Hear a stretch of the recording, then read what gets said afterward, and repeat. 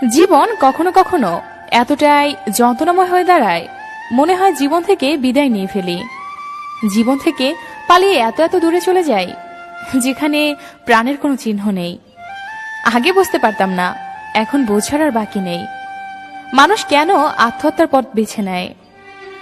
ভালোবাসা হলো এমন একটি মায়া, তুমি যত দূরে যাবে ততই কাছে টানবে, যত ভুলে যাবে তত মনে পড়বে, আর যতটুকু হাসবে তার থেকেও বেশি কাঁদবে।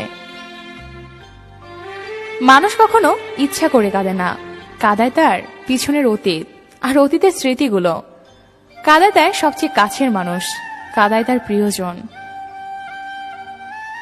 সাপ যখন জীবিত থাকে তখন সে পিঁপড়া খায়, আবার সাপ যখন মরে যায় তখন পিঁপড়া সাপকে খায়। একটা গাছ দিয়ে যেমন কয়েক লাখ মেসের কাঠি তৈরি হয়, ঠিক তেমনি একটা মেসের কাঠি দিয়েও কয়েক লাখ গাছ পুড়িয়ে ফেলা যায়। সবসময় সবার সুদিন আসে না, সময় একদিন বদলায়।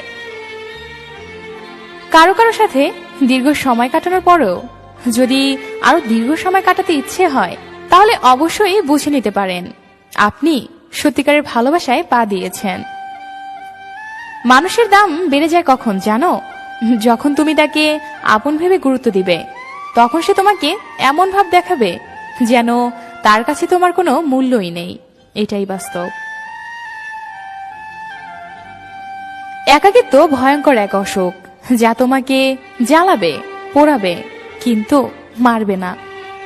প্রতি মুহূর্তে মনে করিয়ে দেবে তুমি সবার মতো হতে পারোনি, তোমার মতো কেউ নেই।